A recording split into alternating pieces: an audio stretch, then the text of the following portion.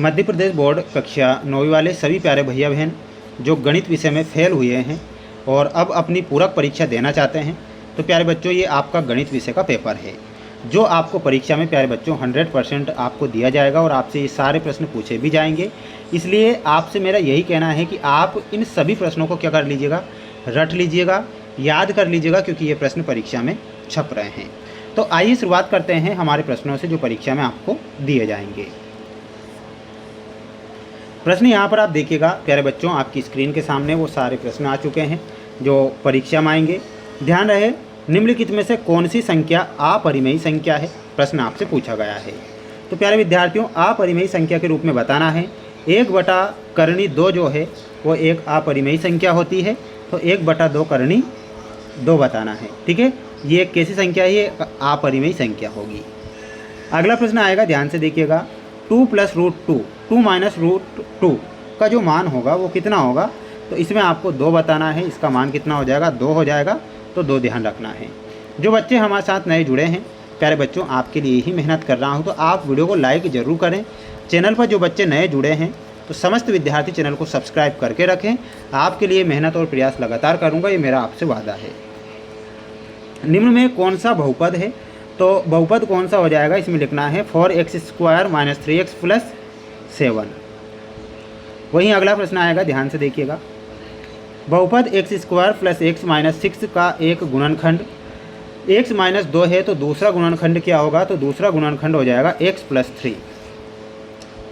वह बिंदु जिसके दोनों निर्देशांक ऋणात्मक हैं वो कहाँ पर स्थित होगा, तो ये प्रथम चतुर्थांश में स्थित होगा, तो इसमें आपको क्या लिखना है, प्रथम चतुर्थांश। बढ़ेंगे हमारे अगले प्रश्न की ओर। अगला प्रश्न है, x = 5 y = 2 निम्नलिखित रैखिक समीकरण का हल है, तो वो हो जाएगा x + y = 7। ठीक है, ये करेक्ट आप कर लीजिएगा। प्यारे बच्चों, प्यारे भैया बहनों, आप रट लो, याद कर लो, क्योंकि प्रश्न आएंगे और ज़रूर आएंगे। इसलिए ही मैं ये क्वेश्चन पेपर आपको यहाँ पर प्रोवाइड करवा रहा हूँ, इसलिए याद कर लीजिए। बहुपद x³ - 2x² + 1 में x² का गुणांक कितना होगा, तो गुणांक हो जाएगा -2। पूर्ण अपने भाग से होता है तो वो बड़ा होता है। जिन दो कोणों का योग 90 डिग्री होता है उसे क्या कहते हैं, उसे पूरक कोण कहते हैं। त्रिभुज में किन्हीं दो भुजाओं का योग तीसरी भुजा से बड़ा होता है, तो इसमें बड़ा लिखना है। समांतर चतुर्भुज का एक विकर्ण दूसरे उसे 2 सर्वांग सम त्रिभुजों में विभक्त करता है, तो इसमें आपको क्या लिखना है, विकर्ण। अगला है, वर्ग अंतराल 90 और 120 का वर्ग चिन्ह कितना होगा, तो वर्ग चिन्ह हो जाएगा 105। ठीक है, तो ये आप याद कर लीजिएगा, स्क्रीनशॉट ले लीजिए, अच्छे से पढ़ लीजिए। ठीक है, ये सत्य असत्य वाले क्वेश्चन आएंगे। एक अक्ष पर स्थित बिंदु की कोटि हमेशा शून्य होती है, ये सत्य लिखना है। किसी त्रिभुज में एक से अधिक समकोण हो सकते हैं, ये गलत होगा।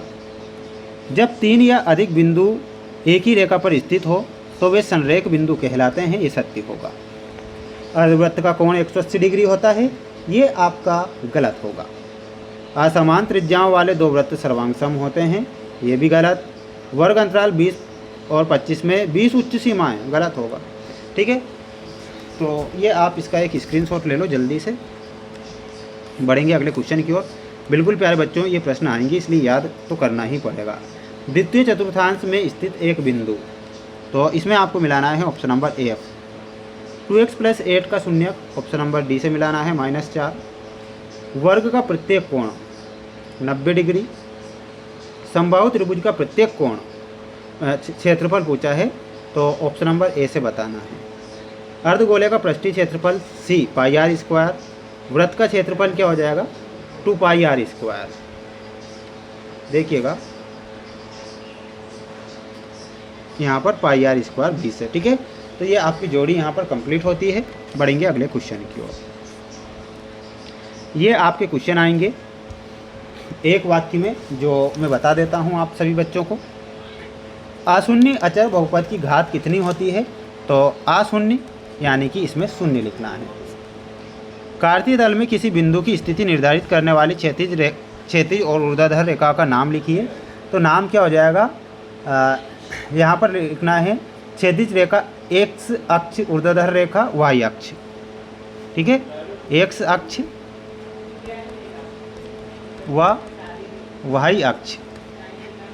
एक्स बराबर 3y को A X plus B Y plus C बराबर 0 के रूप में हमें व्यक्त करना है। तो व्यक्त करना है एक्स माइनस 3y प्लस 0 बराबर 0। समीकरण x प्लस 2y बराबर 5 में यदि x बराबर 2 हो तो y बराबर कितना होगा, तो y बराबर हो जाएगा 3/2। निम्न आकृति में x का मान कितना होगा, तो x का मान बताना है आपको और वो हो जाएगा 115 डिग्री। तो ये आप करेक्ट कर दीजिएगा। और यहाँ पर आपका अगला क्वेश्चन देखिएगा, आपकी स्क्रीन के सामने है, देखिएगा, छठवां बता देता हूँ। आकृति में समकोण ए ओ बी बराबर 120 डिग्री हो तो x का मान कितना होगा, तो x बराबर हो जाएगा 60 डिग्री। तो ये आप यहाँ पर करेक्ट करेंगे।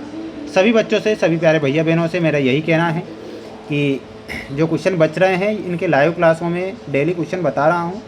ये पूरा का पूरा पेपर है ना, लाइव क्लासों में चल रहा है, तो लाइव क्लासों में आप ज़रूर जुड़ें जिससे कि आपकी तैयारी मजबूत हो सके। ऐसे मोस्ट इंपॉर्टेंट क्वेश्चन की क्लासें ले रहा हूँ, है ना। जय हिंद।